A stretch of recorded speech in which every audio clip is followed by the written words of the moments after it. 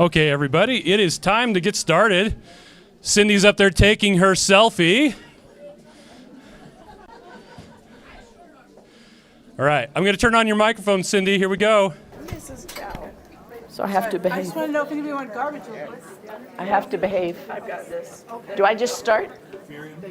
No. Hello, Keto Chow Peeps. How are you? It is good to be with you tonight. Let me see if I can find a good place to stand. My name is Cindy, and if you ever want to find me, ask Nurse Cindy, because I'm so creative. It was a good ask Nurse Cindy. And after I am up, Neisha Berry will come up, and last but not, I'm the opening act. I'm like that, you know, the warm-up. I am the warm-up, because after this is Dr. Ken Berry, who is the man.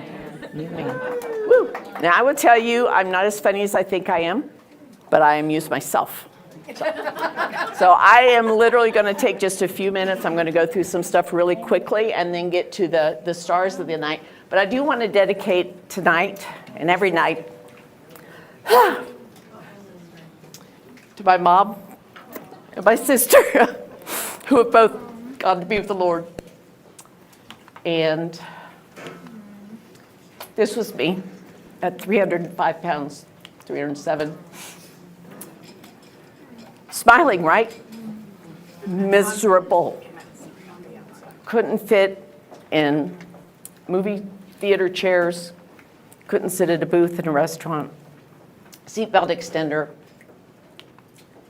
And my sister, my big sister, who always looked out for me, introduced me to this. So this journey's all her fault. I miss her every day. Dang it. One day I'm going to stop crying about it. So, all right, enough about that. Because life is full of joy when you're on the other side of your addiction to carbs. And that's what I was. This was me when I started keto at 240. It was me up in Canada. I was down about 15 pounds at that point. And I want you to know, I was so addicted to sugar, I wouldn't even put down the candy bar for the photo. So, what we're going to talk about tonight, I just wanted those of you that don't know me, because ever since my sister died 3 years ago, I've been almost invisible in the keto social media group, but I'm still living it because it has set me free. And so when people say to you, isn't that so restrictive? No, it's not. It's freedom. So we're going to talk about, I think I'm funny. Do you have the stomach for the truth? You can't handle the truth. Do you have what it takes? Now, what's that about? Well, I'll be happy to tell you, because it's all about what is the proper human diet. What is it? What is the proper human diet? And so what we're going to do is, I can tell you right now, this is not it. What you see on the screen is not the proper human diet. So what is it? I'm here to tell you. There's a mantra out there, right? How many of you have heard this everywhere? Plant-based diets. And if you do that, okay. I was not a vegetarian. I was a carbitarian. I was a carb addict. I did not eat broccoli and asparagus for my nutrition. But what we hear all the time is, it's good for you. It's good for the planet. You know what it really is, in my opinion? I'm an N of one. In my opinion, it's good for their profits. Because they are not making money on that. They're making money on the stuff I showed you in the bright colored packages that you can even get at Home Depot now. Honestly, really, I go in for lumber, I come out with chips. But they have, in such a sophisticated manner, infiltrated our media, our thought process, the teachings, and we don't take the time often to step back and think about monocrop farming. Think about all the interdependencies between everything from aphids to moths to caterpillars to the small animals in the fields, to what pesticides and fungicides and fertilizers do to our water supply. So I'm here to ask you to think carefully about what you consume and what you think is good for you, because Hosea 4:6 says, for lack of knowledge, my people perish. Amen. If we do not seek the truth for us, Neisha just did a post about carnivore, ketovore. She goes, what am I on? I'm on the Neisha diet. I'm eating what's right for me. And I had to find what was right for me, not what tasted good, although I love what I eat these days. But I felt compelled all the time to eat because of the sugar up and down. So let's look at the facts about how we're made. We're intricately and wonderfully made, aren't we? We're complex humans. Our world is complex. We cannot boil it down, in my opinion, to plant-based medicine. Plant-based nutrition is the only answer. So let's look at animals. I've already mentioned a couple. We're an animal. There's different types of animals, aren't there? And they each have the proper animal diet. Would I feed your monkey? But let's talk about monkeys. Let's talk about different types of animals. Remember, I'm the opening act. First, let's talk about herbivores or herbivores, depending on how you want to say it. These are animals that only eat plant-based diets. So if they were in the desert, but there was a herd of some sort of animal around them, they would still perish because they're not built to eat animal meat. So that's a herbivore or herbivore. Those would be your elephants, your parrots, your zebras, your koalas, your caterpillars. Did you know that ladybugs are actually carnivores? They eat aphids, which is another animal. So not every insect is a herbivore. Then we have our carnivores. These only eat meat. The bald eagle, the wolverine, the great white shark. I'm a nurse. I work in wound care. I've actually treated patients with shark bites. They like meat. The orca, the Tasmanian. Oh, do we see humans? Now, this is all from science. This is not a commercial company trying to get you to buy their chips or their cookies. This is, so do I see a human listed here as an herbivore? Nope. The equivalent would be a vegetarian. There is no listing of animals that are vegetarians. We made that name up. So no human there. Human there? Nope. No, but let's look at what humans are. We're omnivores. We prefer meat. We can be a carnivore. We prefer that. It's nice and nutrient dense. But in a time of lack of meat, I can eat plants. I love Brussels sprouts. I could not live on Brussels sprouts. It's really an interesting thing when you think about where we are classified. We're classified as omnivores. Prefers meat, but I'll eat plants if necessary. That's you going, huh? The cow going, huh? You will never see him at Fogo de Chao. Well, on the platter. Well, bing, double points. Yes, you will only see him or her on a platter. And there's nothing wrong with each animal species eating what they were designed to eat. There's nothing wrong with that. Otherwise, the great creator would not have designed this world to be the circle of life, and that's not a plug for the Lion King. So, do you have the stomach for it? Let's see. So there's two types. There's a monogastric animal, one stomach. How many in here have a stomach? Awesome, me too. And then there's your ruminants, which are, I have an asterisk there, multiple chambered stomachs. That would be like your cows, your goats. Ken, what are some of the other ruminants? Sheep? Venison? Moose, yep. So ruminants, okay, they have multiple chambered stomachs. You and I are therefore monogastric. You and I, therefore, would have a really hard time living on plants only. And I'm not against plants, but I want you to know the truth of how you were designed. Then you make your choices for you. You be on the Neisha diet, I'll be on the Cindy diet. So when we look at this, in case no one knew how many stomachs they have, over here, you'll see that there's a stomach. All right, good, we're all good there, we're all aligned there. As opposed to our bovine friend that has these multiple chambered stomachs. And they have to graze almost all day long, don't they? They have to eat like a lot of food a day, and they actually don't chew it, they just swallow it whole. And then this multi-chambered stomach does the rest of the work. And it can take grass or whatever grain or whatever they're eating and magically turn it into protein due to the type of microbes they have, due to the number of chambers they have. And have you ever heard of a cow chewing its cud? That's because it has to almost regurgitate or vomit back up, into the back of it. And it has to chew it over and over and over again because they'll eat rocks and they'll eat pebbles. They just pull it up and anyway, so part of that lodges there. So they have a very interesting, complex digestive system. Every ruminant does. Anyone that's a carnivore or an omnivore has a much simpler digestive tract. They have to take the only thing they eat, which is plants, and turn it into protein, which takes a lot of work. Another picture because I like it. All right, so now we've got the ruminants.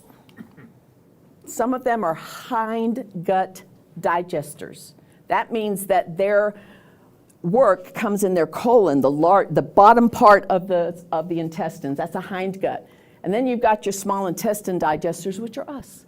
We do our digestion between our stomach and our small intestines, and our large intestines basically absorb water. That's the basic function of our large intestine. So when I look at that, and I look at how muscular this gorilla is, and I'm like, well, couldn't I eat like a gorilla and look like that? Couldn't I build muscle from the plants and the shoots and the berries and whatever else gorillas eat? No, not really if we pay attention to how that gorilla is built compared to how I am built. So their colon, which is the large intestine, is 2 to 3 times longer than their small intestine. I know, because they're hind gut digesters. They do most of their digestion because they eat such fibrous, such large amounts of pulp and cellulose. They have to have a large intestine. So that's suitable if you're breaking down the fibrous plants. And they have special microbes that digest that cellulose, converts it to energy. But in order to have that, because of the size of their colon, have you ever seen, they have these large bellies. They're very muscular, but they have these large bellies. All right, so that's the world. That's how many pounds of food they have to eat a day. So in order for them to maintain that, they are eating all day long. All right, so that is how God made the gorilla. Now, let's see how we were made. Our colon, our large intestines, is half as long as our small intestines. We're anterior gut digesters, all right? So we have a small large colon, a large intestines, and we have a long, it's about 30 feet long. Our small intestines, they're small, but they're long, okay? That's suited for dense, nutrient-packed, smaller amounts of food. That's how we are designed, okay? So we're talking about what is the proper Cindy diet. Cannot digest cellulose. We pass it through. Our body says, here's the trash. Let's defecate it out, which means to poop. You know I can't get through a single thing, Ken, without talking about poop. It happens, right? Okay. Therefore, a big belly is not necessary. In fact, when we talk about a big belly, let me go back up to the density of our food. Less volume, we don't need 85 pounds a day, and a big belly is indicative of probably poor health. So if we look about who's got the long, large intestines versus the shorter, small intestines, there's a difference. Both warm-blooded, both primates in some ways, but different. And they eat different food and they need different food. And that's because the bioavailability, if I eat whatever plant-based food it is, it will have X number of grams of protein, X number of grams of fiber, whatever you want, whatever they say. However, is it bioavailable to my digestion? Can I absorb it like the gorilla could? It is species-specific, hands down, any scientific journal you read. It is species-specific, yet we're trying to get everybody to believe all you need are, and by all means, uber-processed food-like substances, not even there. I'm talking about when you look at how you want to spend the space in your stomach and what nutrition you think you're going to get from it.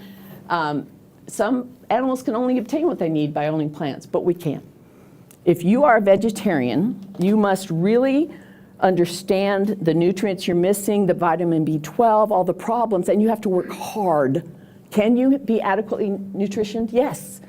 You have to be very specific, and you have to be hard. On the last cruise I was at, my husband and I were sitting in the dining room area, and a lady sat down next to me, morbidly obese, as I used to be, and she said to the waiter, I'm a vegetarian. So I would like the orange juice, the bagel with jelly,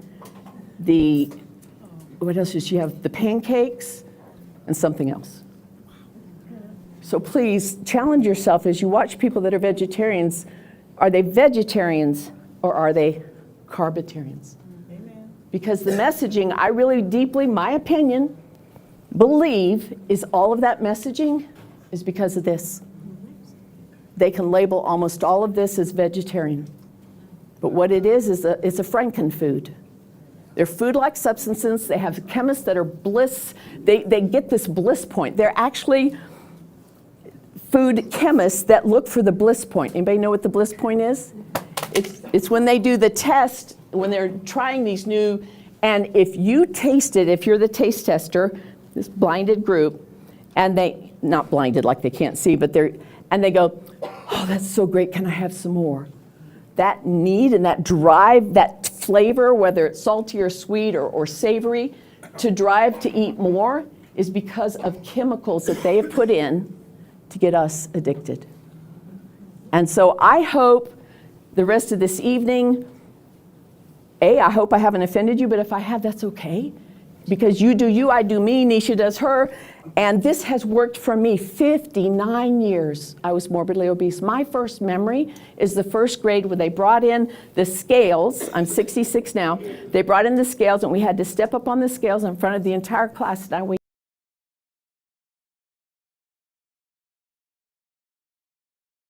wasn't obesity like this. This has worked for me. So I'll hand it off now to Ken and Neisha because the question tonight is, what is the proper human diet? What is it? All right, hand it off. Thank you.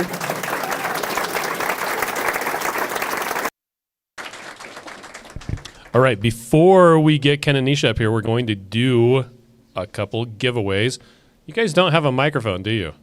Just lean on Cindy's shoulder. Okay. Well, they're going to announce this is a giveaway with the people who are here. Sorry, those that are watching at home.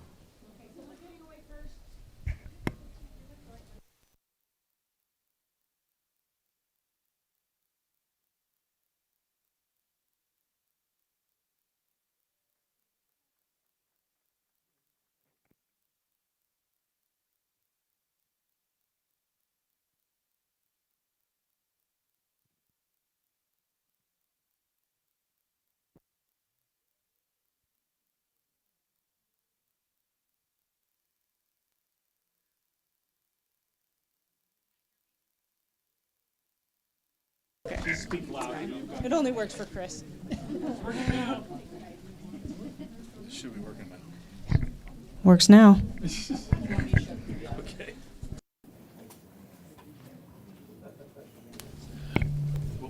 Okay, we'll go ahead and have Neisha up here now. Oh.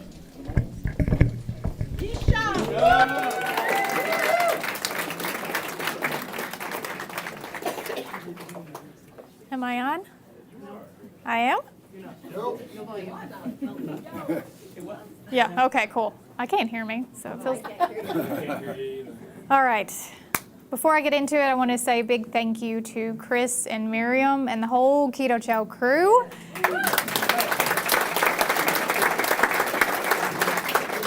For putting this together and having us out here in beautiful Utah, but we first met Chris and Miriam 5, almost 6 years ago, and I am so proud to call them friends and partners in this mission to bring health back to the masses where it belongs instead of in the hands of Big Pharma and all those big guys that just are out for money.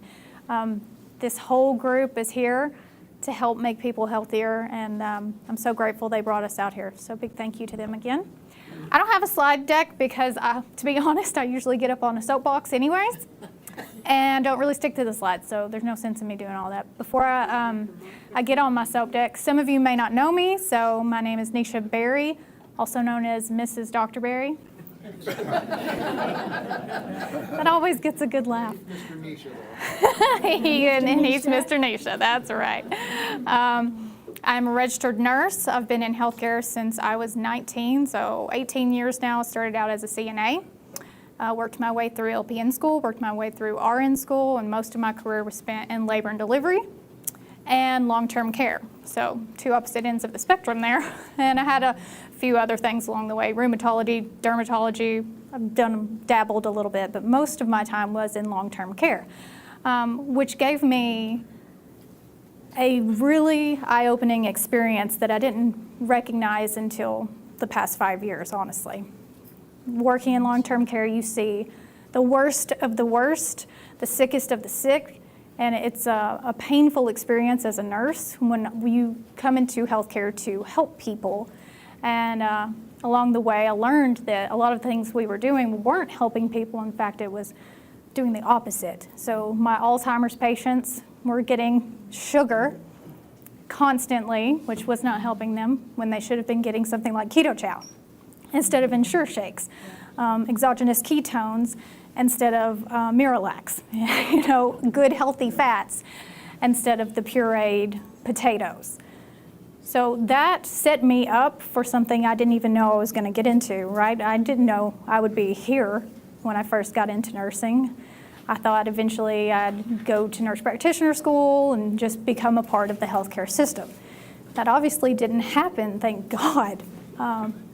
I met that handsome, tall drink of water over there, and he introduced me to keto and drugged me, kicking and screaming, to a low-carb, meat-based way of eating. I didn't want to do it, but I knew I had to do something because I had been diagnosed with Hashimoto's, an autoimmune disease, and I just kept getting worse and worse no matter the medications. I did paleo, I did low carb, but it took giving up the healthy carbs to actually see improvement. And over the years, the past 6 years, I'm now on, like Nurse Cindy said, the Neisha diet, Neishavore. So being an influencer or content creator, you get put into these categories, these labels, you have to use them in order to teach other people and bring other people in. But at the end of the day, what works for me may not work for you, and vice versa. So how do we get to the proper human diet for us? So Dr. Berry talks about the spectrum. On one end of the spectrum, we say those are the healthy young people who haven't had any health issues yet. They maybe can tolerate more fruits, nuts, seeds, maybe some keto products. They're already young and healthy. They haven't been damaged for the last 20, 30 years by eating the overly processed, highly palatable frankenfoods. So maybe they can eat low carb, whole foods and not have to focus on being a carnivore on the opposite end of the spectrum. For those of us who may have multiple autoimmune issues, predisposed to type 2 diabetes, predisposed to Alzheimer's, dementia, those type of things that require us to focus more on being meat-based, high-quality fat nutrition. And in the middle, there's a little wiggle room. That's where I fall. I feel like ketovore is just a slang for meat-based, low-carb. So most of my nutrition comes from meat, as high quality as you can afford within your budget, and animal fats within your budget as well. So the process that took me 6 years can take you less time to really get it nailed down. And it's going to fluctuate probably for some of us. The older we get, we go through changes in life. Maybe we get pregnant.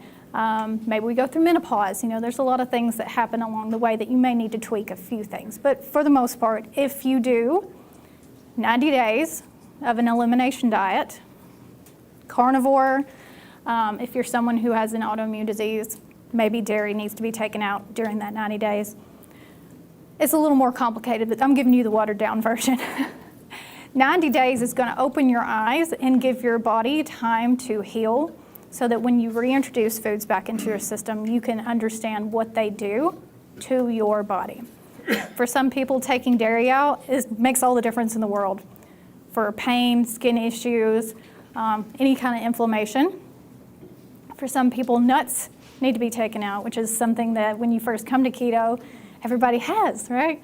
Nuts are the snack, almond flour in everything. That's something that is keto friendly. But what is Neisha friendly? What is you friendly? That's where the 90-day elimination diet comes in and really helps you understand, because we're all humans, right? We're all omnivores. We can eat these other things, but can we feel our best on those things? And we're very blessed, most of us, to live in a place where you can just go to the grocery store and basically buy anything that you want, right? A lot of places, they don't have that option. So we're grateful that we have those options. So while we do, we should pick the least inflammatory of those options, which is meat, whole food, low carb, vegetables if you can tolerate them, and stay away from the keto products that are just literally out there to suck you back in to the hole that you're trying to get yourself out of. Chips, my kids are on the low end of the spectrum, right? They're young, they're healthy, they've been keto since the day they were born. They are in ketosis still. They don't eat junk food. But they're on a 4-hour road trip with my parents today. On their way to Dollywood, and to help my mom, I gave them some high-low protein chips. You can get them on Amazon. They are not cheap. They do not get these all the time. But can they tolerate those on special occasions? Yes, they can. Can they tolerate me making them some homemade keto brownies for Halloween or Christmas time? Yes. We are not demonizing candy, Cokes, and stuff like that, but we educate them on what foods are real food that make us heal fast, run fast, think fast, and what foods are just sugar bugs is what we call them. That's what Beckett calls anything that's candy that's got a sugar bug in it. We don't eat sugar bugs. I don't know where he came up with that. I can't even take credit for it, but I love it, right? Like, no sugar bugs. I'm going to make him a little t-shirt that says, I don't like sugar bugs. But we're setting them up to be able to live a very long and healthy life, hopefully with as few diseases as possible, where, for the past 30 years of my life, my mom and dad did the best that they could, but I grew up eating a lot of carbs, right? My dad's Puerto Rican, a lot of rice, a lot of plantains, a lot of beans, a lot of chicken, right? But I was very blessed to not have the predisposition to gain a lot of weight from that stuff. What I was set up for is an autoimmune disease. So another thing we talk about inside of our community, which I know, who's in the community? I know several of you guys are. Yeah, VIPs. We talk a lot about how weight is important, and yes, that is a factor that you should take into consideration, but it cannot be the only reason why you come to a proper human diet, because weight comes off at different speeds for everybody and for different genders too. Men can just give up the Cokes and all of a sudden they've lost 40 pounds. While their wife, who's gave up everything, has lost 4 pounds, right? And if you start comparing yourself to your husband, your sister, your cousin, things get very, very frustrating when it comes to weight. But if you try and focus on the healing aspects that come along with eating a proper human diet, you're better able to sustain this. And that's the whole point, is this should be a sustainable lifestyle and not the keto diet or the carnivore diet or the ketovore diet. This is an N=1 experiment for the rest of your life, basically, where you have to really be conscious of your mindset, your physical body, all the things, because it's not just about the food. Some people have addictions to the food, and you can stop eating those foods, but if you don't address the reasons why those addictions are there, then they will creep back and creep back and creep back. So that's another thing that has to be put. It's not just a proper human diet, it's a proper human lifestyle. We really try to make sure we talk about those things. Mental health is an epidemic just as much as type 2 diabetes. If you haven't read the book Brain Energy, I always forget his name. Chris Palmer, Dr. Chris Palmer wrote that. It's on Audible, so if you have a long commute, go download it, listen to it. It's phenomenal information. The core here, the core thing that you want to hone into is that this isn't a diet. It is not for just fat loss. It is for sustainable, optimized health so that you don't end up in long-term care with someone taking care of you that you don't know, who doesn't know you. And as we get further and further into the future, long-term care is going to become a really bad situation. Okay, I want you guys to not end up there at all. So that's the end game. That's where you're going. That's where you keep your eye on the ball, whatever analogy, metaphor you need to use. It's the long game. This is not a diet. You can't come off of it. You can just work your own issues into it, right? But you're never going to not eat a proper human diet, right? Right. Why? Because it's the proper human diet. So treat it like a life-saving drug. Do it consistently. Dr. Westman says he calls it prescription strength keto. I love that. If he were to come into your room, or Dr. Berry, you came to the office, he walked in and he said, I have a life-saving pill for you. All you have to do is take it every day. And you trust Dr. Berry, you would take it. This is the life-saving drug, the food. If you have to do it, just like a medication that's been prescribed to you that actually didn't take care of you, right? But the diet will, the lifestyle will. Consistently taking it, doing it every single day, and better understanding your mindset, your habits, sleep, exercise, the whole circle. Like I could just talk and talk and talk about this. It's everything. It's not just one specific type of food, right? It's you and your relationship with food and the kinds of food that you put in your body to fuel you and make you smarter, faster, younger, for longer. There's a lady in here who said she was 70. I was like, no, ma'am, that's not true. There's so many of you in here that show your before pictures. You don't just have weight loss. You have life brought back into your pictures and in how you talk about your grandkids, your kids, the things that you're better able to do now that you couldn't do. That's what this is about. So I want you guys to make sure and you focus on that. Okay? Is it your turn now? Batter up. All right, before we get Ken up here, we've got one question for Nurse Cindy that I neglected because I was pushing the wrong button and I got all bamboozled. And anyway, so she's going to answer that question. We're going to do a giveaway, and then we're going to get Ken to talk, and then Ken and Neisha are going to answer some questions. You got to turn it on, though. Is it on? Okay, so Hello? there it is. You did it. Okay. So the question is, Nurse Cindy, can you tell us more about your efforts with strength training for us on at a more seasoned age? Okay. Oh, that is. Oh, it cut out. Hold on, your microphone cut out. There it is. Oh, grab up here. Don't grab the bottom. The transmitter's on the bottom. Yeah, I mean, I'm ready for my that. close up. What should I do? Grab up here? Yeah, that's Is that great. better? That's All great. right. Thank you. All right. Neisha talked about long-term care. Do you know what the most common reason someone has to go into assisted living or long-term care is? Yes, we would think that, right? That is on the rise. Not having a family taken care of, but actually more than that, needing someone to take care of them. The inability to self-care. That means toileting yourself, bathing yourself. If you fall, you can't get up. You need care, right? So all those things you said are true.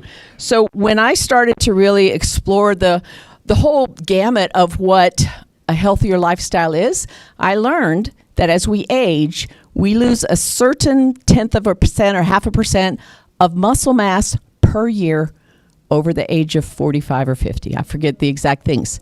So if you ever hugged an elderly person and they just feel so frail, you can just feel their bones. So unless we do resistance training, strength training, I'm not talking about going to the gym and pumping weights. Resistance training. Those of you that want to, will you go ahead and stand up, please? Go ahead and stand up. Come on. Stand up. Stand up. There we go. Thank you. Thank you. Thank you very much. All right, sit back down. Yes, you just did a squat. All right, so women and men, once you're done with whatever you need to do to get yourself put back together in the bathroom, sit down, stand back up. Sit down. It's called a papa squat, right? If you do that 5 times, every time you go to the bathroom, you've done probably 50 a day. 50 squats, right? And at first, if you have to hold on and you're going to what? Anyway, so incorporate what you can. Gallons of water. Do your bicep curls. When I'm sitting at a stoplight, I push against the steering wheel. I pull against the steering wheel. I keep dumbbells next to my desk when I'm not on camera at work. At the grocery store, calf raises when I'm holding on to the...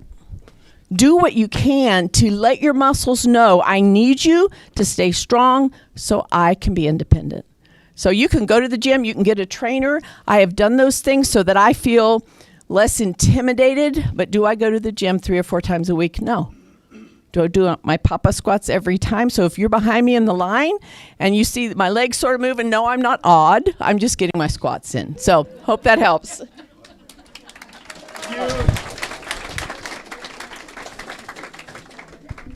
Okay, so first we're going to be giving away a package of butterscotch keto chow.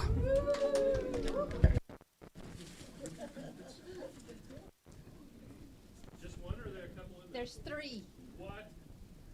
3. Three of them. This one goes to Jesse. Is it Blevins?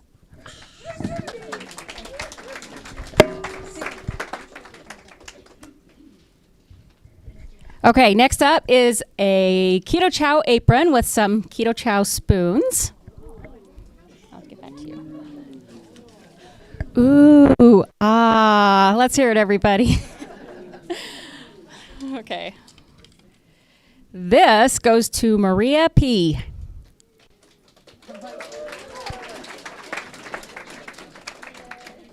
Okay, you guys, this next prize. Okay, this is gold. This is the Daily Minerals. It's in our beautiful blue glass bottle, and there are no more of these. This is it. I found it hidden, so one of you is going to get it. It's Neisha's favorite. Dr. Berry's going to draw this one. Adam Williams. Thank you. Okay, ladies and gentlemen, the amazing Dr. Berry. Hey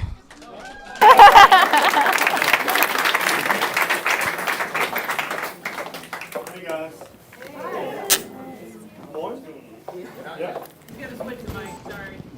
Chris Bear. There we go. Well, hello, folks. Hello. How you doing? Good. How are you doing? Did you know that you are part of a revolution? As Nurse Cindy said, very aptly, every animal on the planet, if you turn them out in the wild in their normal habitat, they just know what to eat. Human beings are the most intelligent morons on the planet. We can go to the moon. I think we did that, right?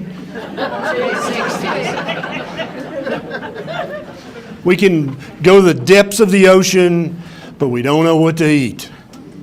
Does that sound like a stand-up routine? It should, because it's ridiculous, okay? So how are we so deluded? How do we not know? What happened? Do you think that your great-great-great-great-great-great-grandmother, did she know what to eat? 100%. Did she know what to fix for her babies and her grandbabies? Yeah, she knew. She just knew. How'd she know? Her mama taught her. That's right. Just like every other, when I have a new sheep a new lamb in the pasture, the mama's going along doing what sheep do. And if you ask Beckett Berry what sheep do, he'll say, eat grass. Because I ask him that every day. It's a joke.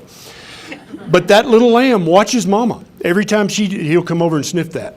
And she'll nibble this, he'll sniff that. She'll eat this briar leaf, he'll sniff that. He's learning from his mama. Every animal does that, except human beings. We learn from television, and it's really served us well, hasn't it? How many of you guys grew up? That's how you knew what the cool kids ate, what the new thing was, what had the toy at the bottom, right? And then you would bug your mom at the grocery, like, Mom. You do that well. I used to be a pro. Ask Granny Berry. What happened there? Well, it seems as if some multi-billion-dollar multinational corporations figured out that when it comes to watching someone on a television screen or a computer screen, that reaches into our heart just as well as our mama teaching us. That shouldn't be that way, but it is.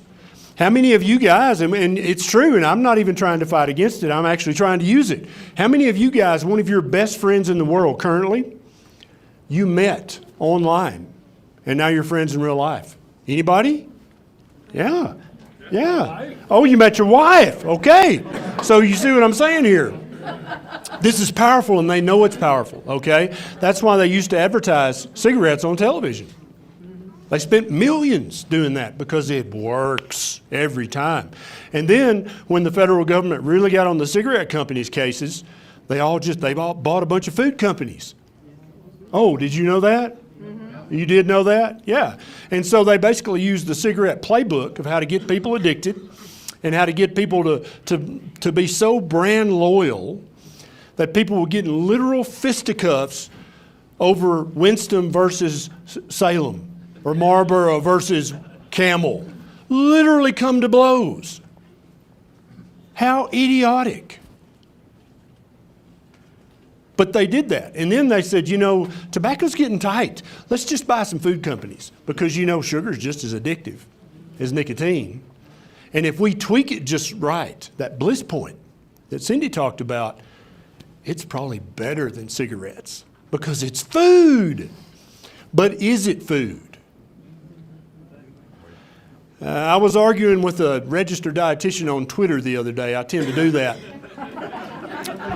And I said something about food, and she's basically, intimated that I was an idiot. And I said, well, what's your definition of food? And she said, anything that has calories. Registered dietitian. Anything that has calories is food. And I didn't put this on Twitter, but I thought about it. If you go out in the front yard and pick up a dog turd,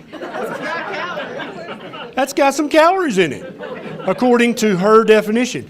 And so I replied, my definition of food is something that's nutrient dense, has actual nutrition, that is uninflammatory, that is ancestrally appropriate, something that your great-great-great-great-great-great-great-grandmother would look at and go, yes, this is food, honey, you can eat this. So food is not just something with calories, but that's what they would have you believe, right? And plus it's chocolatey delicious, and plus it's all the colors of the rainbow in one bowl. Now, when I started, I said this is a revolution, and you might have thought I was being a little over the top or maybe joking. I'm dead serious. Okay, I'm dead serious about this. This is a big deal. All of us in this country, we believe that we have a right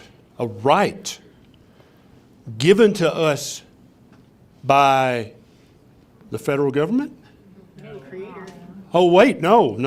Who? The creator. Oh, that guy. Yeah, given to us by a higher power to say whatever the hell we want to say. And if somebody don't like it, they can leave. But I have a right to say what I need to say. Most of us in this country believe that we have a second right, which is the right to defend ourselves with the state-of-the-art defense weapons available to us at that time, whether that be a musket back in the 1700s or whether that be a bazooka today. A lot of people believe that. I believe we have an even more fundamental right than that, which Cindy alluded to, which is the right to eat a proper human diet. Because if you don't have access to proper human food, guess what doesn't work so well? You. Top to bottom.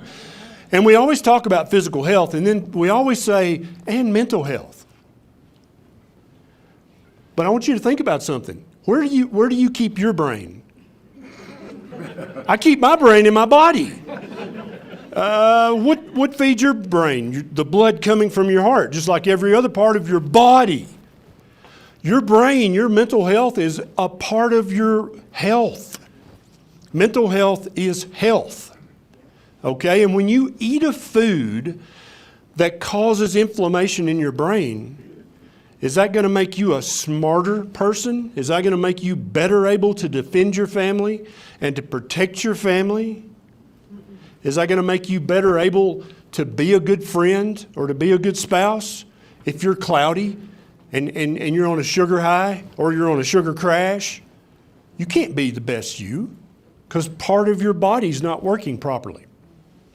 Now, is it possible that there are powers that be that would like for you to be cloudy thinking? Are there powers that be that would love it if you were just healthy enough to hobble into work and do your job and then hobble back home and sit on the couch and watch and consume until bedtime? Are there powers that be that would profit from that? Huh? It would make a lot of people's jobs a lot easier if you just go home and sit down and shut up and eat your Cheetos and let me run the show. You just do you. And then now people are becoming empowered with this. Like, no, I can eat anything I want. Sure you can. You're a grown American. You can eat whatever you want to. But you can also have everything taken away from you, including your health, by people who don't give a damn about you by falling for that fake analogy. So when I say this is a revolution, I'm not joking. All it takes for a revolution to begin is for 2 or 3 thoughtful people to sit down in a room together and have a conversation. That's all it takes to change the whole world. It's happened many times in our history. When Christianity was young, the Roman Senate would laugh at Christians. They were fodder in the games. They were a running joke. They were the class clown. Until they weren't anymore. And now, where's the Roman Empire? What happened to them? Right. But there was a time when you couldn't even imagine there not being a Roman Empire that controlled the majority of the world. You couldn't imagine that. All it took was a few people sitting down together, being thoughtful, exchanging ideas, and they changed the world forever. So don't think you don't have that power. Don't think, oh, I'm just little old me. Nobody listens to me. You know what? Shut up. Shut up. Shut up. If you need some negative talk, I'll do it. You don't do it to yourself. You deserve better than that, okay? Fix yourself. Fix yourself first. Number 1, how are you going to do that? What's 85% of the battle? The food you eat and the junk you avoid. Fix your own health. Because when people who know you and love you or hate you, either way, doesn't matter, when they see your transformation, that's more powerful than what's on the TV. That's more powerful than the new CDC guidelines. That's more powerful than the American Diabetes Association coming out and saying that obesity is genetic, there's nothing you can do about it. Just take Ozempic. What? What have we come to? What have we become? Is this a room of thoughtful people who can sit down together and reason? And then when we leave this room today, we can go out there and change the world. And if you think that you cannot do that, you are wrong. Because there are people much less than you currently think of yourself who have participated in world-changing events. Do not think you do not have the power. Do not think you do not have a voice. And the sharper you keep that voice, the better this thing is working, the better this thing is working. That's how you're going to change the world. Keto became very popular 2017, 2018. And then carnivore came along. And what we've all been doing together as a group, as this huge ragtag group all over the world, every continent, except Antarctica. I'm not sure if there's a carnivore down there. I don't know. A carnivore human anyway. We're changing the world. You know that Kellogg's just broke their company up. Have you read this? Yeah, they broke off the cereal, the breakfast cereal line. That's a different company now. It's called Kellanova. New Kellogg's, that's what that means, right? Kellanova, right. You know why they did that? Because their cereal sales are tanking. It's hurting their stock dividends. Okay? Did you know that Weight Watchers, who has been in business since 1969 helping the whole world get skinny, how well did that go? Not well. No, they just bought a company that can prescribe remotely through remote visits what? Ozempic. Now, what if Neisha and I got up here and said, guys, we got a big announcement for y'all. Our company's growing and we've just bought a company. You can now do a televisit with Dr. Berry and you can get a prescription for Ozempic. You'd be like, what the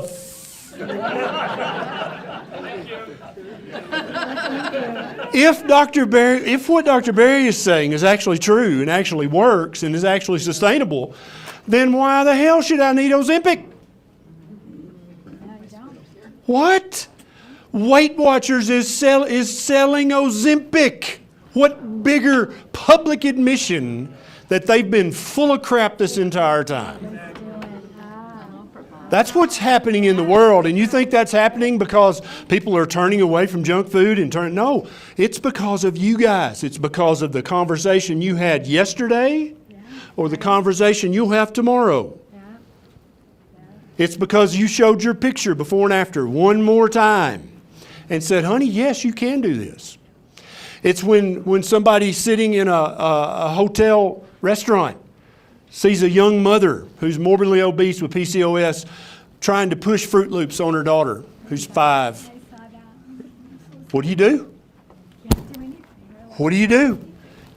Do you do nothing or do you do something? I don't know what you do. And in that situation, that's why I asked the question, but you do something every day. There are people out there suffering. You remember how you used to suffer. Do you remember? Have you forgotten? Have you forgotten? Do you think you were alone in that suffering? Because I can promise you, ladies and gentlemen, you are not alone. There are millions out there suffering just as bad, if not worse, than you used to suffer. And you hold the answer. You hold the answer. You got it. You did it. My friend in the back's doing it right now. Right? You going to keep that quiet? You going to hide it under a bushel? Why would you do that? If you're a humanitarian, if you love people, you want to help people. I think it's part of human nature. If you see a solution that'll help people, you talk about that. You help people. That's what you do. You help people across the street. You help people with their finances. You help people understand what a proper human diet is. And then that's where that before picture comes in so handy. Be like, look, no, let me show you. Right? That's gold you've got on that phone. When you pull that picture up, if they don't know you, show them your before. Don't be shy about that. We're on a mission to improve the health of the entire world. Every single human being out there deserves to eat a proper human diet. And I, for one, will not stop until everyone knows what that is. Now, we're all grown. We get to do what we want to when we go home. But you don't get to blame that on keto not working for you. Or carnivore not working for you. No, because then what are you doing? You're literally stealing the solution from people. If you're that person, oh, keto didn't work for me. Bet Let me come to your house and look in your cupboards right now. Bet, let me come look in your freezer right now. Right now, I'm show up in 5 minutes at your house. And then you tell me keto's not working for you. I see some of y'all look a little nervous. Like, is he really going to do that? It's just one beer. It was just one. It's okay if you're sitting there going, I'm glad he ain't coming to my house. That's okay. You're not home yet. I'm not at your home yet. What I meant was you're on a journey. You don't have to be at the destination yet. You don't have to be at the goal line yet. But as long as you're making progress, that's all that matters. Okay? So many of us, for me, keto, man, that was 80%. Heartburn better, lost a ton of weight, had to get all my old clothes out of the back of the closet. I was thankful I still had them because I'd have had to buy new clothes. But it didn't get me all the way. Carnivore is what got me all the way. Now, I don't think that's true for everybody. But for some of us, y'all just need to shut up and do carnivore. Okay? I'm sorry, but that's what it needs. Either short term, 90 days, like Neisha said, do the 90 days. Just suck it up and do the 90 days. What's the worst thing that could happen? You won't get to have keto brownies for 90 days. I don't know what to tell you. You're not going to die. Okay? Do you guys all know that milk is habit forming? Sorry. We're going to talk about dairy for just a minute. All dairy from every mammal, including from your mother, contains something called casomorphins. What does that kind of sound like? Morphine, yes. When a newborn baby, we want that baby to be addicted to mother's milk. That's a good thing biologically. We want that baby to crave mother's milk. That's how you ensure that baby feeds enough to get enough nutrition to grow to become a healthy adult. Well, now, when you get grown, you grown. You don't need to grow no more. When you grown, the only way you grow is this way. You don't grow this way anymore. But the casomorphins are still in the milk, all milk. And this is raw milk, cow's milk, goats, sheep, camel, reindeer, water buffalo, whatever you're milking. There's casomorphins in the milk, and that is to get the baby addicted to the milk. Now, when you turn milk, liquid milk into cheese, I'm sorry, guys, I love you, I do. I love you so much. You may not love me anymore in a minute. When you make cheese out of liquid milk, it concentrates the casomorphins. And you can look, as with all my stuff, you don't believe me? Look it up, baby, when you get home. So cheese actually has a much higher concentration of casomorphins. Is anybody in here honest enough to admit with a raise of a hand that you can absolutely overeat cheese all day, every day? This is why. This is why. And when I talk about dairy, it offends some people. They're like, no, this is given to us by God. No, it was given to you by your mama for a limited time only. And then she told you to get on in the kitchen and find something to eat because she was sick of you being on the boob all day. Right, Neisha Berry? She just told Bonnie Blue that. Kitchen's in there. Love you. Go on. There's a reason for that too, because all mammals wean their babies at some point. Why do they do that if milk is such an excellent source of nutrition? It would draw the mama down. She can't have any more babies. It would basically stop the species from reproducing if they just kept nursing the same baby for all their life. Also, all the kids would get fat of whatever species you're talking about, because when you stop growing vertically, you start growing horizontally. And that would also be very hard to reproduce if every single sheep on my farm were morbidly obese. That would cut into their fertility, right? Animals know these things instinctively, but we forget all this stuff because we believe Kraft, Heinz, and Mondelez, and Kellogg's, and Post, and General Mills. They're our friends. Remember the little leprechaun?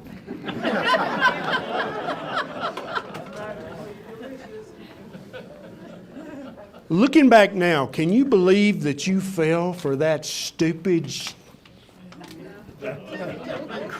Can you believe that you fell for that? Hook, line, and sinker, just head first right into the bowl of Lucky Charms. All those 9 essential vitamins and minerals that they added from the chemical factory because there ain't nothing in there to start with except artificial coloring, artificial flavor. Magically delicious, magically addictive.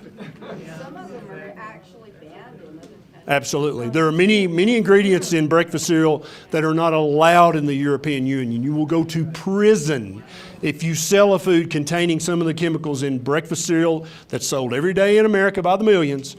You would go to prison if you sold that in the European Union to children. There are some countries that don't allow advertising with cartoon characters to children. It is smart. But you know what?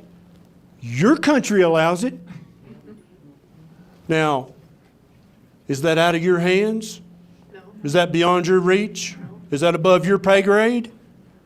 Who's the ultimate voice in this country? I think they're sitting here right now, aren't they? Oh, wait a minute. Oh, but then that puts it on you that you need to do something. You might need to call somebody or write a letter or start a group or start a movement, much like this.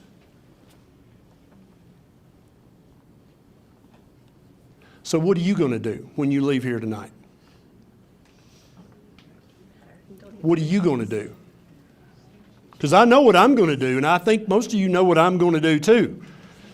I'm never going to shut up. Ever.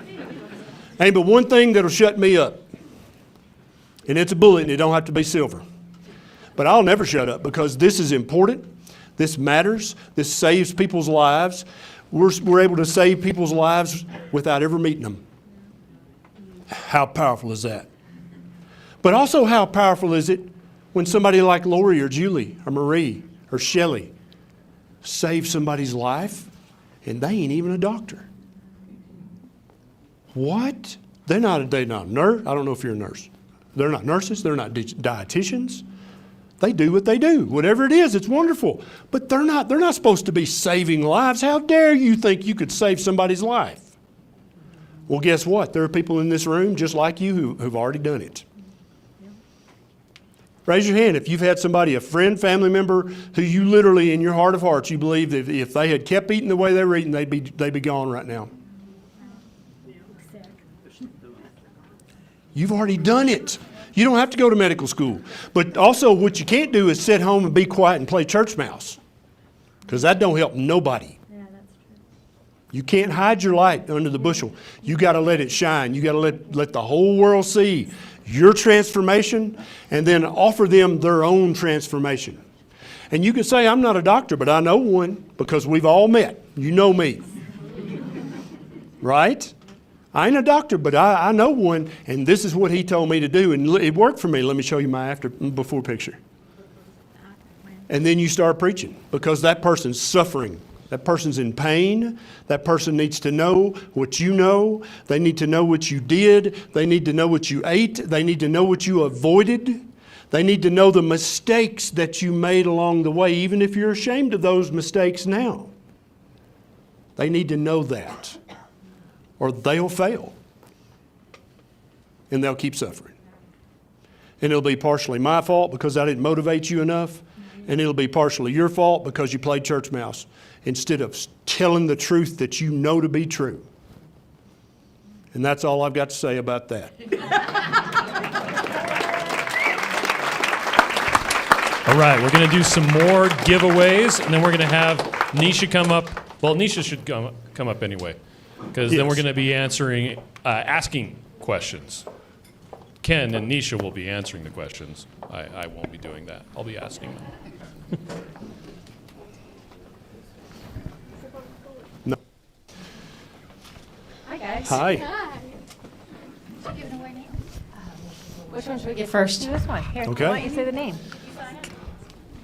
Oh, okay, so we're going to give away one of Dr. Berry's books, It is just for me. Kicking Butt After 50. Here in Utah, that's the official title. team. Just so you guys know, we do have his books here for sale, and he's willing to sign them if you buy them. So, but this one's for giveaway. How many of you guys are over 50? How many over 60? It's fine. How many over 70? See, You know, you can still be, I don't care what your age is. If you can still fog a mirror, can you fog a mirror, sir? You can kick ass, okay. okay, this goes to Tammy Hairston. All right. Every principle in this book applies to men and women equally. And now you, too, can kick butt.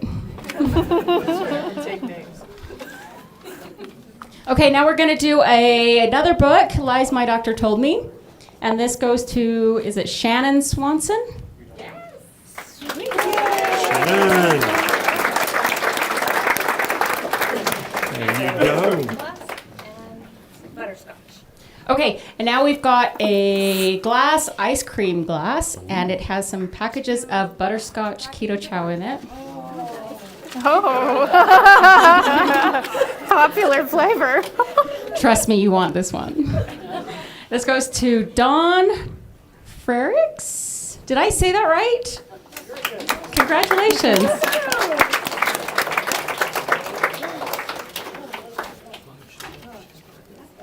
Oh, do you guys want to draw this one? Ooh, I'll draw one. I haven't got to Okay, draw this one. is for our large daily minerals. Marie Coletti. All Yeah. right. All right. Thanks, you guys. All right. We're going to take some questions now? Yes? Yes. Yes, Yes. indeed. We are going to take some questions. I'm the First, I disembodied want to voice tell from the you a back. story about Beckett. While he's up here doing his thing a while ago, it reminded me. He was playing on my phone, and on YouTube, Ken pops up quite frequently, as you can imagine. And Beckett looked down and he goes, "Oh, look, there's Daddy preaching." I said, "What?" He said, "Yeah, there he is. He's preaching." I said, "What's he preaching about?" He said, "Oh, you know, carnivore." I said, "All right, yeah." I just thought that was funny. Okay, here we go. This is for Dr. Ken. Is it possible to get rid of a large gallstone, or is removing gallbladder the only option? It's made eating keto difficult to stick to due to symptoms if too much fat at once. Yeah. So if you've been eating a low-fat diet for enough years, you'll actually develop a gallstone. That's what causes it. Bile in your gallbladder is concentrated. That's what your gallbladder does. It stores it, but it also concentrates it. But your gallbladder expects you not to be an idiot. It expects you to eat some fat so that it can contract and squirt the bile out. The bile's job is to emulsify and break up the fat. But if you eat a low-fat diet for years and years, your gallbladder just sits there and gets floppy. You've heard of gallbladder dysfunction? That's what that is. If it gets just floppy and weak from lack of use. You can also build up gallbladder sludge, which is just super concentrated bile because you haven't been eating enough fat. Eventually that sludge will turn into a stone, okay?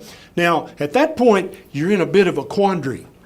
It's kind of a bind because when you do start to eat enough fat, your gallbladder contracts. That can cause some pain. Does that mean you need to have your gallbladder taken out? No. Okay? That gallstone will start to dissolve because you're squirting out bile. It's not as concentrated, so it'll start to dissolve that stone. Now, the only problem is when the stone gets small enough to get into that little duct that the bile goes out of into the small intestine. If that stone at that moment in time, you eat a cheeseburger with bacon, and it goes into the duct and gets stuck, that's cholecystitis. You're going to have your gallbladder out. You had that? Yeah. But it was because the gallstone was actually shrinking because you were now eating a proper human diet. Okay? If you have gallbladder dysfunction, the solution, eat a proper human diet with enough fat to make your gallbladder contract. When Cindy does her papa squats, how does that benefit her? What does it do? Makes her muscles stronger. Guess what your gallbladder wall is made out of? Smooth muscle. When it contracts, guess what happens? It gets stronger. You know how many gallbladders are taken out in America every year because of gallbladder dysfunction? Tens of thousands. All they had to do was start eating a proper human diet. Within a couple of weeks, gallbladder would have been strengthened up, been fine. Gallbladder sludge. Do you need to have your gallbladder taken out? No. Eat a proper human diet with enough healthy animal fat. The gallbladder will constrict. It'll hurt, no doubt. But then after a few weeks, when all the sludge is gone and the gallbladder wall is strengthened up, you're done. You're cured. It's only that one time when the gallstone shrinks enough to get into the cystic duct, that's when you're in a bind and you got to go to the hospital. Otherwise, that's it. Eat a proper human diet. Okay, this one's for Nurse Neisha. 5 weeks pregnant, not me, the person's question. And received first high TSH lab, T4 test scheduled. Thoughts on how to handle possible new diagnosis of hypothyroidism during pregnancy.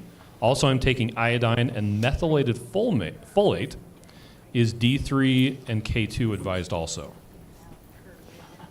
So yes on the supplements she's already taken, and yes on D3 and Yes, K2 yes as to all the well. supplements. Yeah. Absolutely. As far as hypothyroidism during pregnancy, it usually is something that needs to be monitored frequently. I'm not sure did she say this is a new diagnosis? I don't think she's got the diagnosis yet. Or she may be getting a new diagnosis. Right. So first high TSH lab, T4 test is scheduled, but not diagnosed yet. Right. So it gets a little complicated when you get a diagnosis like that during pregnancy. So, medication is fine and probably needs to be done during pregnancy. And eating meat-based and whole food is not going to mess anything up. That's going to be great. Methylated folate, that's great. But eggs also have a great source of folate in them. It's going to... I hate that she's getting this diagnosis during pregnancy because that's really rough, but just make sure your provider is checking labs frequently during your pregnancy. Every single trimester lab should be checked, especially a full thyroid panel. Anything you got to say And a about good that? doctor should know that your thyroid hormone levels fluctuate during pregnancy. Okay? And pregnancy is actually, that's a pretty common time to be initially diagnosed with hypothyroidism. Sometimes it's transient, sometimes it's not. And I think this is a great time to say, okay, this lady, she's pregnant, okay, got that? She also may have hypothyroidism.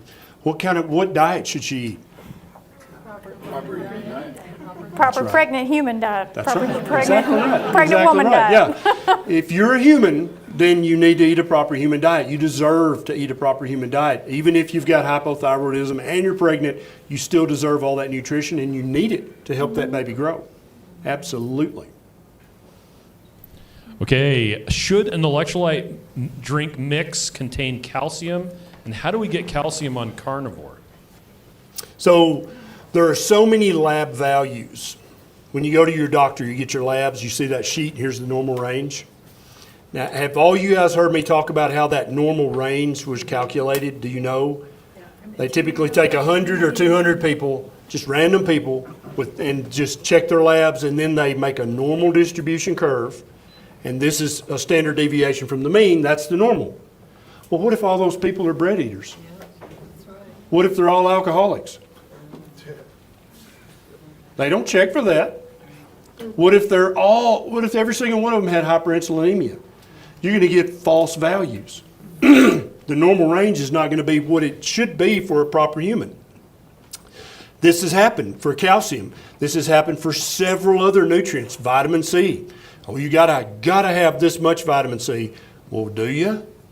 Because I've been carnivore going on 6 years now, and none of my teeth have fallen out. My wounds heal super quickly. Beckett, he was bragging. He was out playing with my rose trimmers. He was stabbing them into a tree, and I was like, "Be careful, boy." Voice of wisdom. And he missed the tree and stabbed it right into his leg. Blood, oh man, you would have thought somebody was killing hogs, all the racket. 2 days later or 3 days later, I said, how's your boo-boo doing? He's like, oh, it's all better. It's all the way healed. And I was like, do you know why it healed so quickly, why that heals so well. And he was like, God. And I said, yes. I said, yes, him too. But also that we eat really good food. All that meat that you eat helps your body fight off infection and heal really quickly. Yep. And that helped it heal. But yes, Yep. God. So many of the things that we think we know about nutrition, you need this much magnesium a day and this much potassium a day. That was all determined on a sick population. So we currently don't know what the actual normal range, if I took all you guys here tonight and checked your calcium level, and then I checked how much calcium do they need to eat a day to get that calcium level, it would be completely different than if you took 200 people from down the road who are all metabolically sick. So I don't think there needs to be any calcium in it. I think you get more than enough calcium from the meat you eat, from the eggs you eat. And then if you are concerned about calcium, I've got a YouTube video about how to put your eggshells to good use. That's it. It's you literally been throwing your calcium away for how many years? It's right there, plus a bunch of minerals as well. There's also no recommended range for vitamin K2. That's right, yeah. Sorry, for transporting calcium. Yeah, exactly right. Yeah, there's so many holes in nutrition science and in physiological science, and the reason that happened quickly is when we discovered pharmaceuticals. That was back in, some of you guys may remember this, back when everything was modern. Everything had to be scientific and modern, and we were going to the moon, and you don't use lard, you use lard. That's for grandmothers. I use Crisco, it's modern. That was the mindset in the country. Right? And so once they discovered pharmaceuticals, that literally came from a chemical factory. How modern is that? Yeah. Boom. We don't need to worry about vitamin K2 and what's the normal range and transporting. You don't need to worry about any of that. Just write a prescription. And so we've been left with this hollowed out core of nutrition science. It's an embarrassment to science. I'll tell you guys, I read very broadly in science. All the other scientific disciplines laugh at nutrition science. It's literally the whipping boy, the laughing stock of scientific research. Like they use it like this is how to do bad research. Not even joking. Physicists, mathematicians, they're like, this is literally how you do, if you want to do the worst research imaginable, do it just like this nutrition study that's published in the New England Journal of Medicine. Wow. That's how bad it is. So don't worry about that. If you want calcium, save your eggshells and you know what to do with them. Next question, Chris Baird. Sir, yes, sir. Does ketovore and carnivore help neurological disorders? RLS, familial tremor, irregular eye movement. It's happening to me that it's curing these things, just to clarify. Am I imagining this? It's only been 6 weeks. Nope. So many chronic medical diseases are deficiencies in a mineral, deficiencies in a specific amino acid, deficiencies in a specific fatty acid. That's all that disease is. Dr. Chris Palmer, who Neisha talked about, he is going to turn the world of psychiatry, literally turn it upside down on its head and smash it on the concrete with the book that he's written, Brain Energy, okay? Every mental health disorder, remember your brain, it's part of your body, it's connected. Every single one of them responds. Every neurological condition responds. Now, am I saying it'll cure every mental and neurological issue? No, maybe too much damage was done. Maybe you had it too long. I don't know. But it's going to slow the progression and it's going to decrease the severity of the symptoms without exception. In many cases, improving the symptoms to the point where it feels like it's either gone or completely in remission. Yes, ma'am. So that's my question. That's your question. 6 weeks. What about the blood-brain barrier? You know, it's not supposed to work. Well, right, not supposed to, but it is. Yeah, so the blood-brain barrier, you've probably read about this enough to know, you think of it like, it's like saran wrapped around the brain. It's like an impermeable barrier. It's actually just a series of blood vessels and lymph vessels. There's no actual barrier. This is a construct. This is a paradigm way of thinking about it. It does protect the brain from so many things, but what if the blood-brain barrier is inflamed? It's not going to work as well. It's going to let stuff through that shouldn't get through. What about when you start eating a diet like Miss Kitty?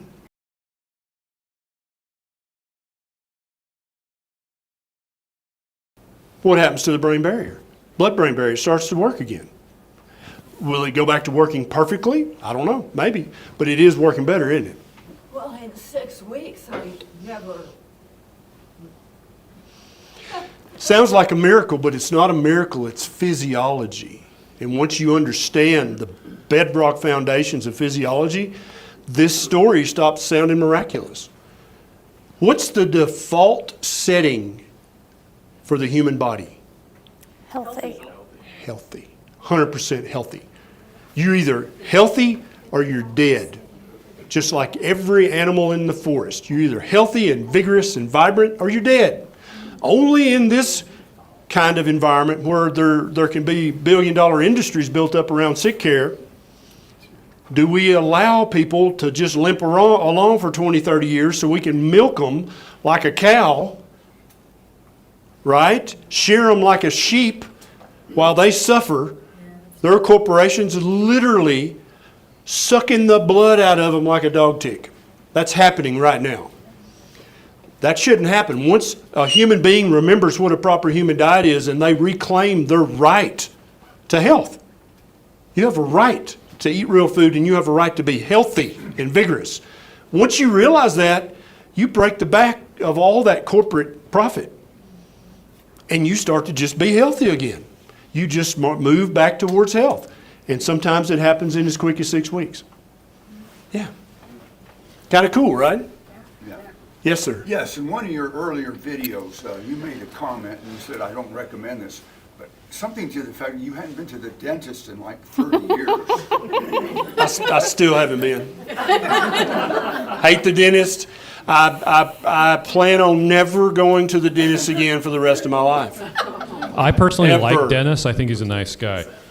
Speaking of Dr. Palmer, it was said in the comments Yes. that if you did do that start prescribing Ozempic thing, Dr. Palmer would make a surprise house call to your house to make sure you're not Yes. like body snatched. If that ever happens, like someone check on us. Yes, Something has yes, happened. absolutely. We've been abducted. Yeah. All right, we got time for about two I more do have a questions. secret formula. So when we look at skulls, human skulls, of people who died more than 12, 13, 14,000 years ago, what do we see the almost complete absence of?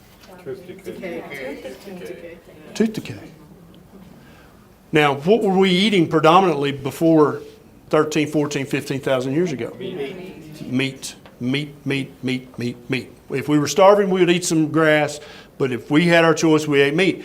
Literally, then when Weston A. Price went to all these indigenous populations, and I'm not talking about just Africa, he went to Switzerland, he went to Sweden, he went all over the world and found these isolated populations of people who were still eating their ancestral food. Now, if they were still eating lots of grains or plants, without exception, what did they do to them before they ate them? Anybody read Weston? Cooked them. They cooked them, they fermented them, they bleached them, they did all these steps. With the meat, they just ate the meat because that's all you got to do. Cut it up, cook it, eat it. But they fermented the vegetables, the grains, they would put all through, they'd put lye on it, do all these steps to make it okay to eat. But if you took any of your kids or grandkids or great-grandkids and you said, that's it, no more, what would you say if you didn't want them to have a cavity? No more Sugar bugs. sugar bugs, right. But do you know that grains cause just as many cavities, if not more, than just pure sugar?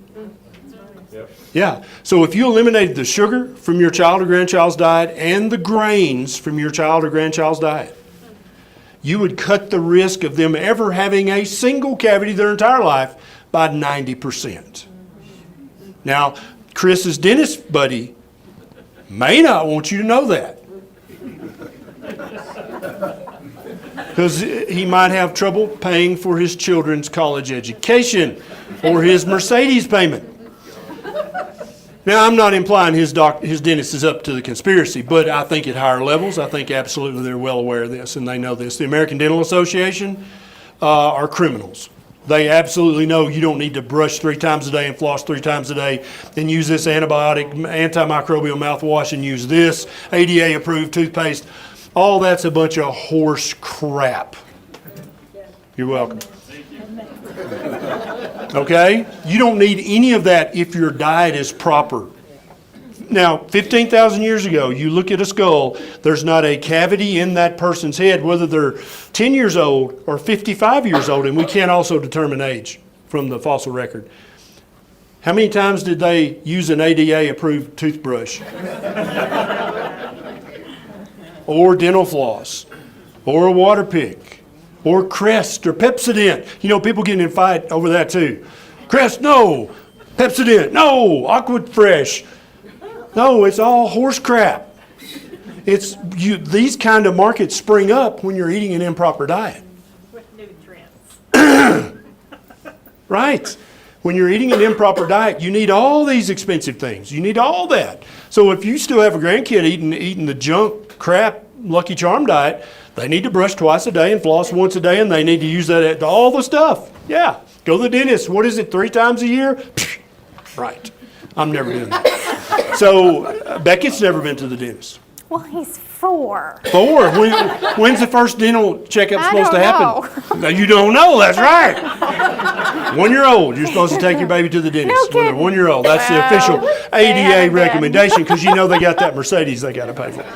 So just saying. Okay. Okay, timely. Then this is for Neisha. Ken can't answer at all. What is an affordable, non-poisonous trick-or-treat for trick-or-treaters? Non-poisonous. Like, AKA no sugar. The fact that we have to say that, right? Well, Right. let's give them cyanide, right? So we don't have to pass out because we're going door to door. But my friends ask me, like, what should we put out for Beckett and Bonnie? And fruit, we allow them to have fruit on Halloween or Christmas. That's their treat. So apples, grapes, bananas, things that they're not allowed to have on the day-to-day. But that's a huge deal to them because they don't get it. And candy is just, they know they can't have that. There's sugar bugs and it's really bad for them. Stickers. Kids love stickers. Adults love stickers these days too. Like, look at the laptop back there, right?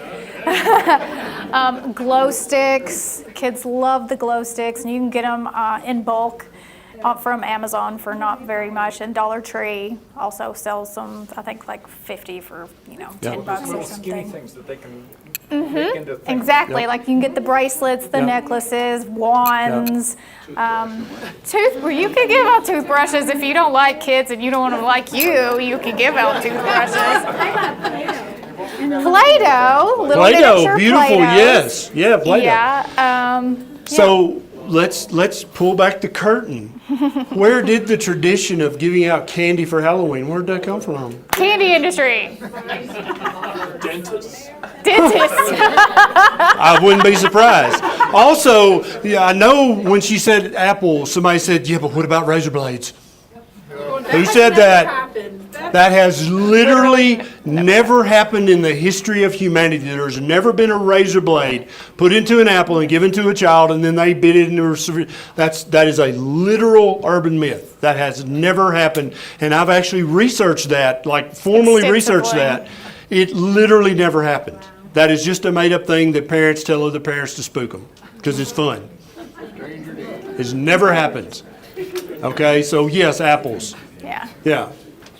And our kids, like, they bring home their buckets. Of course, this is Bonnie's first time doing this, but Beckett gets to pick out, he always wants the fruit because that's what he likes, and then he trades in whatever else is in there because some people give him candy, and he gets a really nice present, so like a Power Ranger or something that he loves. He wants to trade the candy in for that toy.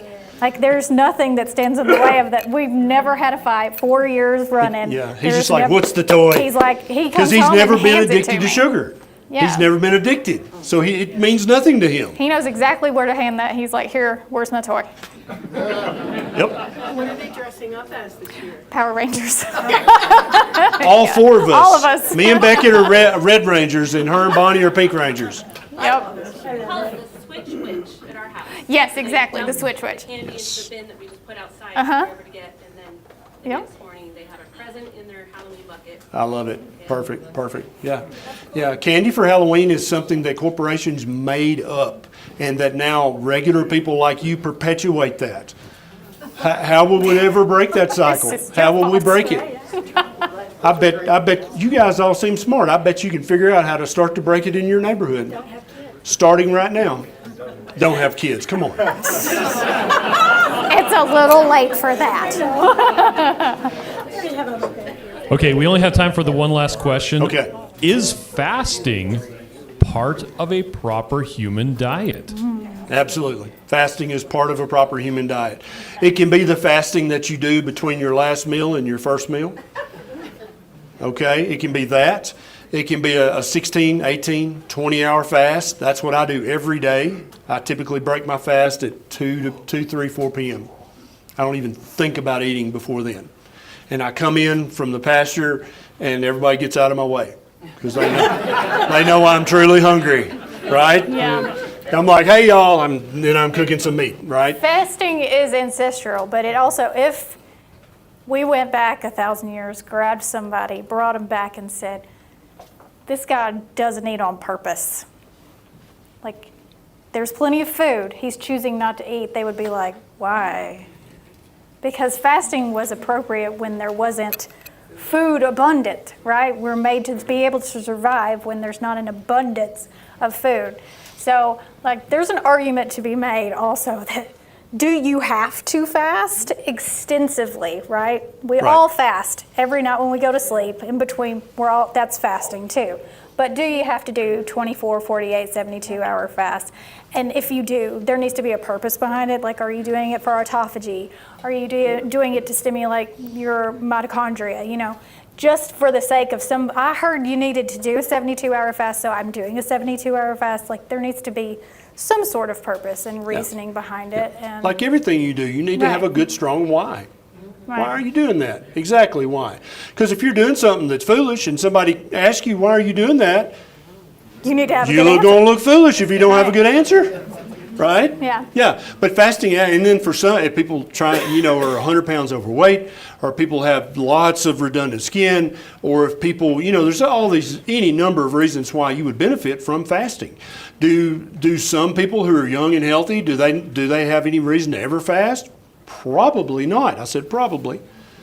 Probably not. Okay? But is there multiple benefits to doing fasts? 2-day, 3-day, 4-day, longer. What's the world record fast that's documented, no baloney? Over a year, 387 days. Medically supervised, routine lab work, was being given vitamins and minerals and electrolytes and water. He was, I forget, 450 pounds in England, fasted for 387 days. And when he was done, he weighed 180. Yeah. And then he went back to eating regularly. Another reason I think fasting is important is that some people come to this way of eating and they don't know what hungry feels like. Or they go to eat their carnivore meal and they're like, this doesn't taste good, this doesn't look good, I don't like this, I don't like meat. You're not hungry enough. You haven't felt true hunger yet. Yeah. And for some of you, that's a good muscle to exercise. Absolutely.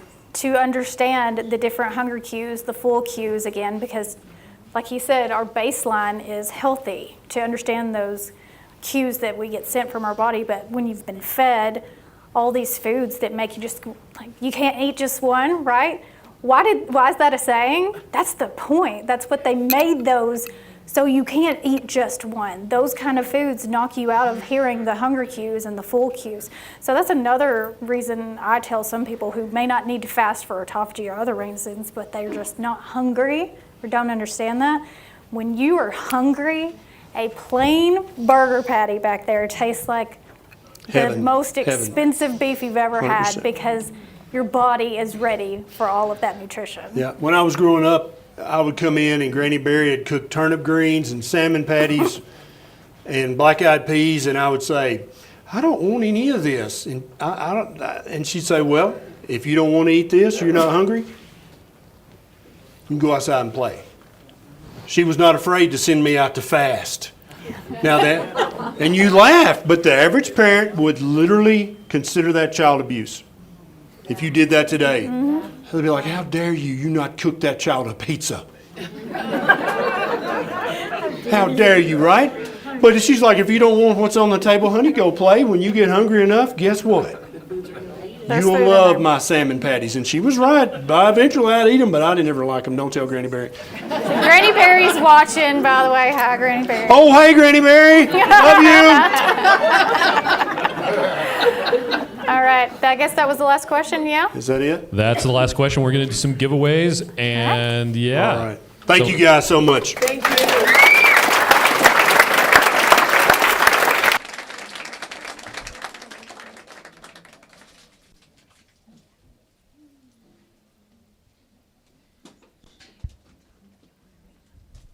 Okay, before we get started, I just wanted to give you guys a reminder that we do have Dr. Berry's books here, and Christian is sitting over here waiting to help you with that if you'd like to purchase them. Dr. Berry would love to sign them for you. But first, we are going to give away the lies my doctor told me.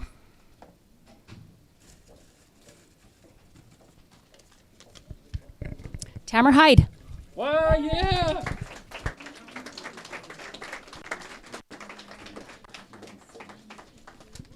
Okay, next we've got an essentials kit with Keto Chow. That's got 6 flavors and a blender bottle in it. Okay. I'm sorry if Mike Brownberger? Did I say that right? Awesome, okay.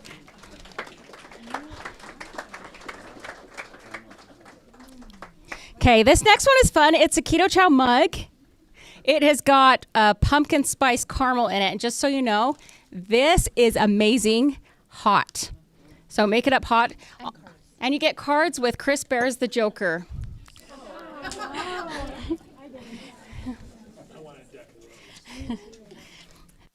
To Ken Johnson.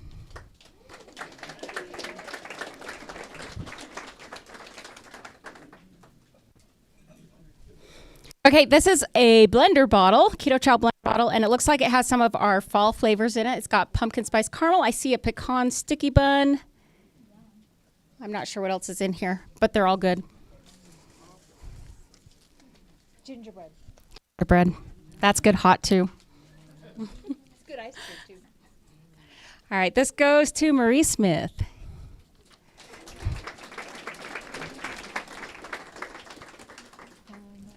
Okay, and then we've got an electrolyte bundle. Okay, before I give this one away, I just want to say that we've got our awesome customer service team, and they are over in our storefront tonight, and they are over there waiting. If you guys would like to purchase any Keto Chow, we've got butterscotch over there, plenty of it if you want to try that. So, yeah, if you want to stop by, just go on over there. Oh, yeah, there might be birthday cake, and you cannot get that online, so. But don't feel like you have to go buy anything. We Okay, can also just hang out here and talk. That's fine. This goes to Patty Smith. You guys, thank you so much for coming. We really appreciate it. Okay, so at this point, we're just going to hang out, get some pictures with Dr. Ken, Neisha, and Cindy's around here too. Hang out, talk, have fun.